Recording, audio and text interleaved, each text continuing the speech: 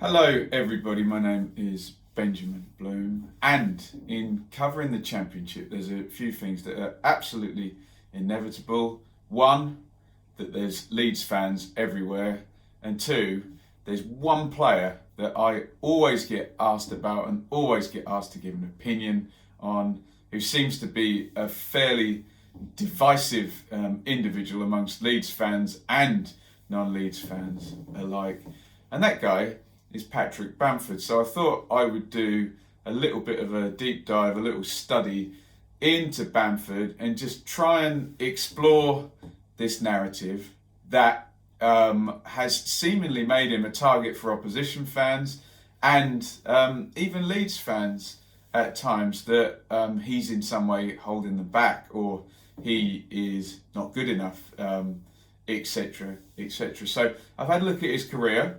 I've had a look at the numbers. Look, I know how football fans work, and I can guarantee, look down right now and you'll probably see comments that go, oh, he's rubbish, Ben, he's crap, Ben, and that'll be it. But look, it's obviously a little bit more detailed than that.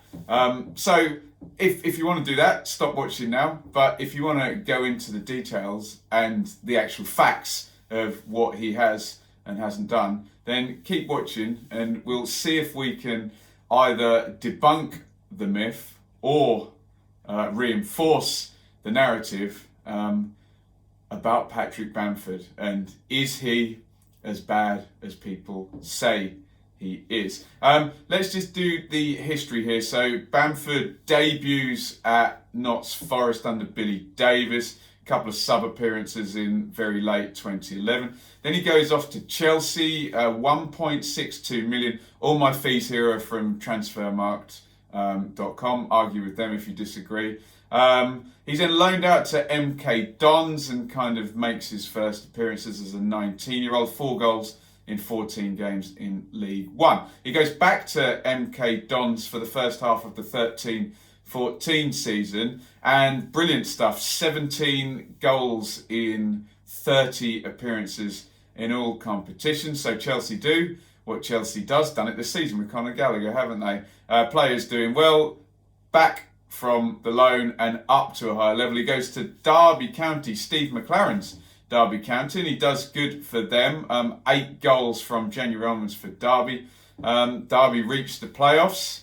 He doesn't start these games, and he's thrown on as a stoppage time substitute in that famous final after Bobby Zamora's unlikely goal. Keep record of this, a first playoff defeat for Pat Bamford, but he's now established himself, we think, at Championship level.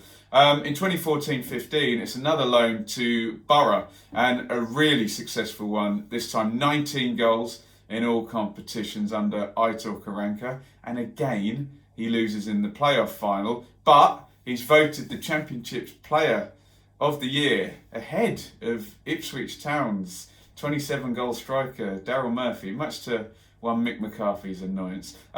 So he's now a young guy who's proved himself at League One and proved himself at Championship level and been the Championship Player of the Year. So it goes without sense that he's going to go, it goes without saying even, that he's going to go up to the Premier League now, 15-16, 23 years old. He's going to go to Palace, only gets 118 minutes, no goals. And then to Norwich, 235 minutes, no goals as well. Is he going to fall into this Dwight Gale, Darren Huckabee, Robert Earnshaw zone of players who are really good in the second tier but can't do it in the first tier? He gets another go in the Premier League in 16-17 under Sean Dyche at Burnley, but there's a big fallout and we get the first kind of accusations of a reverse snobbery against Bamford, who is middle class and educated and a distant relative of the JCB multi-millionaires of the digger people, and claims that Sean Dyche said he never had to work for anything and came through at Chelsea, and Bamford fired back in an interview that, well, he didn't come through at Chelsea, he came through at Forest and he was made to clean the toilets there. But this is going to be a bit of a theme between the football world and Bamford that there's a reverse snobbery against him, that in a majority working class sport that he's kind of discriminated against for being posh, middle class. Be interested in the comments on that one. I'm sure that'll be a hot potato. So it doesn't work out at Burnley, but he finally gets out of his loan purgatory. He goes to Chelsea for 6.21 million. Again, transfer marked fee. If you want to argue, go there. He'd had his best time at Borough, so he goes back to the Premier League. But Borough are going to get relegated. Karanka is going to leave. He's going to get relegated for the second successive season. So it's either a playoff defeat or a relegation if you're Pat Bamford. 281 minutes is all he gets. Does get his first and only Premier League goal in a defeat at home to Southampton. So he's back in the Championship, some would say where he belongs in 17-18, with Borough. That had been the best combination of his life, hadn't it? Borough and the Championship. 13 goals in all competitions under Tony Pulis, who likes to use him as a lone striker, and amazingly loses in the playoffs again. So he's either relegated or loses in the playoffs. Now, here comes Bielsa, and we can actually tell the Leeds story now. 2018, I think Bielsa arrives in June and signs Bamford, who's soon to be 25. So he's 24 at the time, for 7.11 million. Fees from Transfermarkt, argue with them. On July the 31st, so we heard all about Bielsa's pre-season routine and running through the 120 possible permutations of every place on the pitch and the mega fitness and weight loss and body fat reduction that they all did. Well, Bamford didn't do all that because he arrives on July the 31st. So he's arrived at Leeds, and I think it's safe to say as a proven Championship player, Player of the Year there, scored goals over several seasons for Derby, Borough. Kind of a sense that he's not good enough for the Premier League. Only one goal there, couldn't score for Norwich, couldn't score for Burnley, couldn't score for Palace, but got that one for Borough. Bit of a big name, been around everywhere, everyone knows all about him, and clearly proved that he's too good for League One as a young player, rattling the goals there for MK. So what actually is Bamford? Well, he's played wide both sides, left footer, fairly tall, fairly elegant on the ball, pretty skillful, I would say. So best case scenario is he's a complete package striker who's tall enough, strong enough, pacey enough, decent enough finisher and skillful. Worst case scenario is he's a jack of all trades and a master of none. And is there one thing that he's really, really good at? Who knows? So let's look at his time at Leeds, because that's where this narrative has kind of popped up. So he's had the late start, arriving late in July, and it's Kemar Roof who's the main starter. So Bamford's used off the bench in all the opening games under Bielsa. He gets a start in the League Cup, scores against Bolton. However, before he can even get going in this Leeds team, in an under-23 game, he does his posterior cruciate ligament in his knee and is expected to be out for 4 months from the start of September 18. So it's a bad start at Leeds. Roof's doing the business. He doesn't get in the team. Out he goes injured, disappears for a while. The marquee signing, basically. Returns from the bench at Bolton again, who was a good opponent for him that season. Scores the winning goal in that game on his sub-return, but then, in, quote, a freak injury where a teammate falls on him in training, he's injured again, and he's going to disappear until February. So basically, the first, August, September, October, November, December, January, the first 6 months of Bamford's Leeds career, we can write off through injury, just wasn't around. Comes off the bench in what turns out to be a key game against Norwich, and scores. And at this point, Leeds, going into this game, are level with Norwich and 3 points ahead of Sheffield United in this promotion chase. So he's now going to get his run in the team, starts the next 15 games, and his goal scoring is excellent. He gets 9 in 14 from that Norwich game onwards. His return does coincide with the goal threat for the first half of the season. Roof getting injured at Swansea.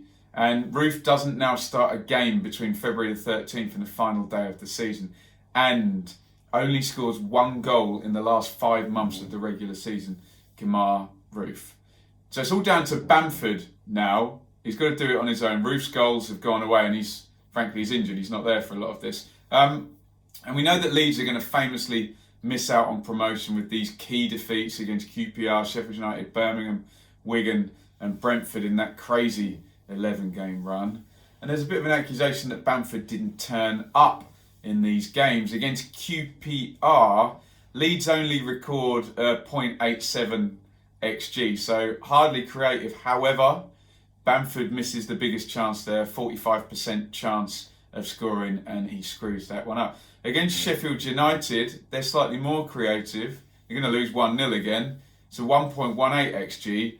Biggest chance is only an 18%er, so it falls to Pontus Jansson. And if you remember that game, Sheffield United defend very, very well. So maybe a bit culpable in the QPR game, not necessarily Sheffield United. Against Birmingham, this is the big red flag where you can point straight at Bamford and say, if he plays well, Leeds win this game. And, you know, if your auntie had, etc., does the promotion picture look different? Because we just come back from an international break. Really poor day for Bamford. Misses 3 big chances, 55, 52 and 26% probability. So we can definitely point the finger at Bamford on that day at Birmingham.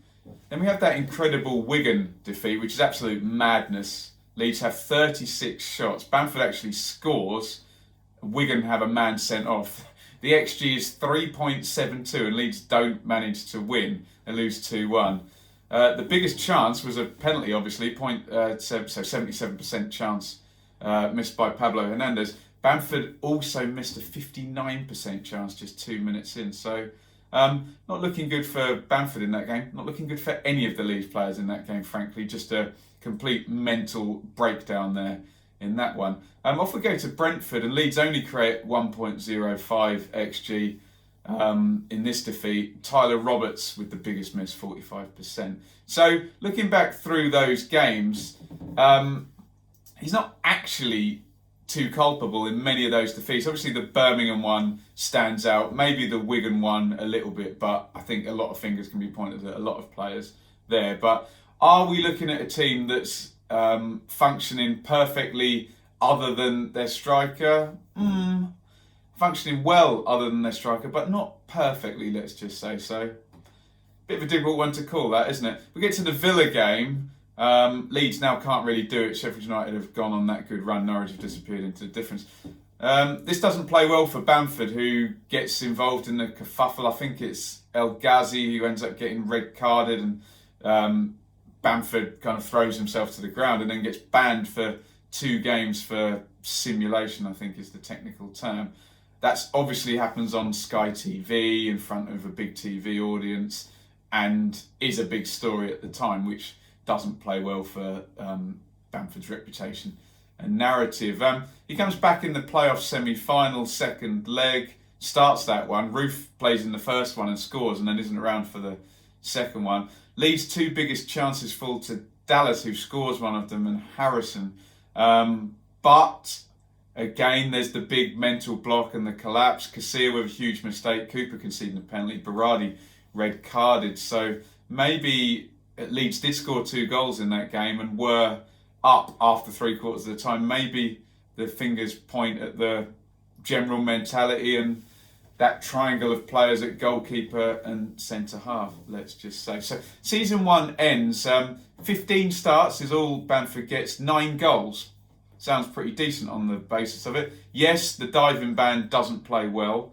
But the truth is the biggest factor in Leeds' goals drying up really is Kemar Roof. He scores 13 goals up to Boxing Day and then only 1 in the regular season after that time. Bamford got 8, and it seems pretty clear that with the injuries to both of them, Bamford only starts 15 games and Roof 27, that if they could have got 30 starts out of both of them, there's probably enough goals there, isn't it? So there is unseen kind of factors there with Roof, because his numbers were generally higher, that I don't think people kind of pointed to when all the fingers were pointing at Bamford. And yes, that Birmingham game does look very bad, where Leeds come back from the international break, should win, and maybe they just give a bit of an advantage back with that defeat. Who knows? All speculation. But I think plenty of reasons for Leeds' struggle other than just Bamford. Could he have been better? Possibly. Was he helped by injuries? Absolutely not. Were Leeds helped by Roof being injured? Absolutely not. So I'm going to kind of plead the fifth on that season. So we come into this season now where everything's a little bit clearer, because he's going to be there for the start of the whole pre-season. And Kemar Roof has gone after Anderlecht. Eddie Nketiah comes in on loan from Arsenal, kind of as a backup, really, because we know Bielsa's going to play 4-1-4-1. And Bamford is going to just start every single game. 36 out of 37 league games. The one he missed, Leeds scored 5 goals at Birmingham, so make of that what you will. Goal-wise, it's a good start, 4 goals in his first 5 games, but then there's a drought between 31st of August and November the 9th, a 10-game goal drought. Leeds lose 3 of those games. Lots of calls for Nketiah to start now. In those games, Bamford misses a 32% chance against both Swansea and Charlton. Not good. Against Millwall, it's more the dodgy red card for Berardi early on. I think that's the issue in that one. He does, however, get the hook between 60 and 70 minutes in all of those games. So Nketiah does get some minutes, let's just say. Goes on a nice run after that of 6 goals in 8 games. Nice little spurt. Does score in the next defeat at Fulham. Another slow run after that for Bamford. And again in the defeats, misses a 24% chance of scoring against Sheffield Wednesday. And then it's another bad game, again on TV at QPR, where he misses from the spot, which we know is a 77% chance. And he also misses a 39% chance on 75 minutes. That should be enough for a striker to get at least 1 goal with those chances. We do get a quick double against Millwall, and we get the hands over the ears, I'm ignoring the noise celebration, which is a bit telling. And we've had the arrival of Jean-Kevin Augustin. Nketiah is gone. Augustin seems to be rated as a whole different kettle of fish and a higher calibre of player, but he's in the background because Bielsa loves Bamford.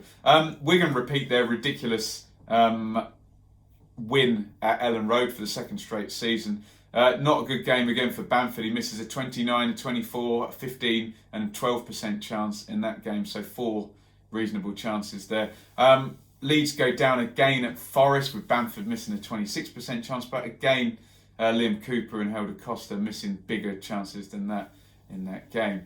Stays in the team. Any calls for Augustin don't happen. We know how headstrong Bielsa is to stick to his plan. And Leeds stabilise and push back to the top. And again, the defence comes back round and starts keeping clean sheets, which obviously is going to help your striker out if you're not conceding any goals. A bit less pressure there. And he ends the season as we've got it at the moment before the shutdown with a goal against Huddersfield. That's his 13th of the season, that's Kemar Roof's total for the last season, is it? I could be wrong about that, it could be 14. So it's a goal every 217 minutes. Is that good enough? What's 217 minutes? 2 and a bit games in a Bielsa team that has a lot of possession, creates a lot of chances, but he is the lone striker, is expected to bring players in, etc., etc. So many arguments for and so many arguments against here. So what is the truth? Is he a bad footballer? Of course he's not. Look, he's a 2nd tier. He's obviously an extremely good football player who seems to just get followed around by this narrative. Is he a 25 goal a season striker? No, he's not. He's never done that, and he never has been, and he probably never will be, I would say. Certainly not going to do it this season with 13 and 9 games to go. Is he the reason that Leeds didn't go up last season? Absolutely not. He could have been better, and we've identified that Birmingham game and the Wigan game, but there's so many other factors in Leeds coping with the Bielsa system, keeping up the intensity for the whole season. That tension that you get at Ellen Road, individual mistakes by defensive players, etc. Yes, he could have been better, but no, absolutely, he's not the reason that Leeds didn't go up. Is he a lightning rod for criticism? Absolutely, yes, he is. Certain people just are, aren't they? He's a lone striker for the biggest club in the division with the most intense fan base. He's a middle class guy in a working class sport. Is that reverse snobbery there? Who knows? He's a bit of a wind-up merchant on the pitch. That then doesn't play well with away fans who then kind of target him. He does miss chances. He's been banned for diving. And I think he's a big name. I think when you go to other championship stadiums, they know who Bamford is. I don't know, do they know who Jack Harrison is? Or I suppose they know who Luke Ayling is because he's got long hair. But they all know who Bamford is. And I remember sitting at the Brentford Leeds game recently, and everybody in the Brentford stand having a pop even just during the warm-up. So, yeah. And definitely my non-championship fans all know they know who Bielsa is and they know who Bamford is. That's pretty much the knowledge of non-championship fans about Leeds, let's just say. Will he cut it in the Premier League? Who knows? The evidence at the moment says he won't, that he's had goes before. But were Leeds to go up, he's ingrained in that system. They're still going to create a lot of chances, aren't they? So who knows? I'll go back to the other question. Is he going to be a 25 goal a season striker? Probably not. Will Bielsa, if they go up, sign Jean-Kevin Augustin and he'll be his guy and Bamford's on the bench? Maybe. Will he be permanently in the Rob Earnshaw, Dwight Gale, Darren Huckabee zone? Possibly. Might end up back in the Championship. Who knows? I'd be really interested in people's thoughts because Bamford is definitely a divisive player, a middle-class guy, languid style, a bit of a crap house on the pitch and a wind-up sometimes, misses some chances but does some very good thing, plays for Leeds as well. But my question is he as bad as people say? Again, like I say, I know I'm going to get comments going, no, he's crap, Ben, and that's it, and that's the extent of it. Fine. But I've done 22 minutes and a lot of detail, so would be really interested if people did give me their thoughts on all the stuff that I've said. Agree, disagree, fine. It's all a matter of opinion, and we'll never know if Nketiah had started every game. Where would Leeds be if Leeds had Mitrovic or Watkins? Where would Leeds be? Would they be able to do the Bielsa style any better than Bamford does? We don't know. It's all up in the air. What we do know is that Marcelo Bielsa knows more about football than me or anybody watching this channel, possibly anybody in the world, and he loves Bamford. So that's a feather in Bamford's cap. But some of the stats I've come up with the missed chances would seem to suggest otherwise. I want to know what you think. Let's keep it polite. Let's try and not insult each other. And let's try and not insult Mr. Bamford as well, who is a professional sportsman who obviously goes out and does his best and tries to entertain us and doesn't need to be subject to abuse. And I hope this video here doesn't come across as a criticism of Bamford. It's merely an analysis of his last 2 years, and hopefully I've done a very good job of sitting on the fence, and we'll let you guys decide in the comments. Obviously we are in pretty much shutdown now, or it's going to go to shutdown with the COVID virus, so everybody keep safe. And if you enjoyed this video, let me know what other types of video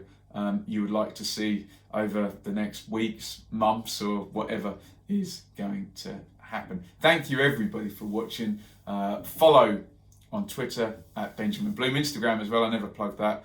YouTube, ring the bell, hit subscribe for notifications. You can support monetarily on Patreon, patreon.com/Benjamin Bloom. I always plug it, but at this time I would suggest everybody is a little bit more careful with their money. So if you can afford it, do it, but definitely not in these uncertain terms.